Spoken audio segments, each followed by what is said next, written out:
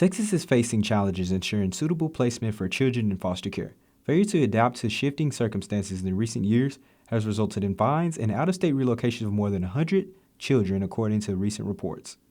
This crisis highlights the crucial need for families looking to foster.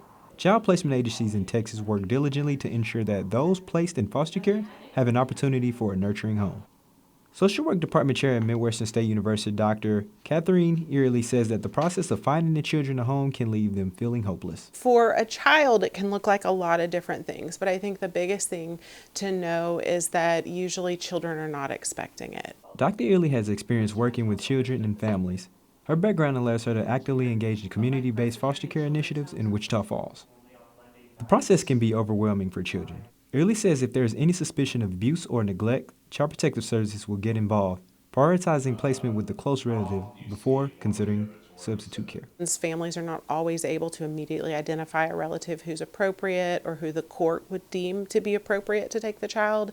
And so at that point, the department determines if substitute care or foster care is going to be in the child's best interest.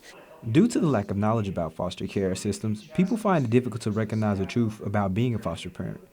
In his role at Presbyterian Children's Home and Services, foster care and adoption guide Travis Cuthbert's job is to provide answers to those who may have questions, aiming to bridge the knowledge gap, enabling individuals to understand the foster care system. Meet families out in the community, doing information meetings, whether it's at a church or just a community center, just letting people know about the needs for more foster families. Speaking of the needs, almost all children are school age or a part of a sibling group. There are rarely enough families willing to take in teens, children of minority groups, or children with disabilities. Everyone doesn't have to adopt or be a foster parent. There are also kinship care and respite care opportunities for those willing. Cuthbert said that parents that have foster care children need simple support as well.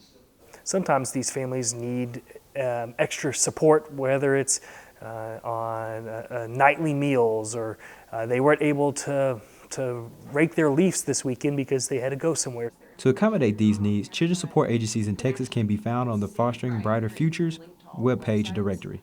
Amidst these concerns, there is one thing Early wants us to know about the children. These are strong, brave, resilient children who are overcoming so much. And so I think recognizing their value is a key thing that we can do. I think foster care gives us this opportunity to see family in a more broad way. Who shows up for each other, who loves and cares about each other, who helps these kids get to the finish line. And I think there's a lot of value in that. For MNG Media, I'm Shun'de Hooks.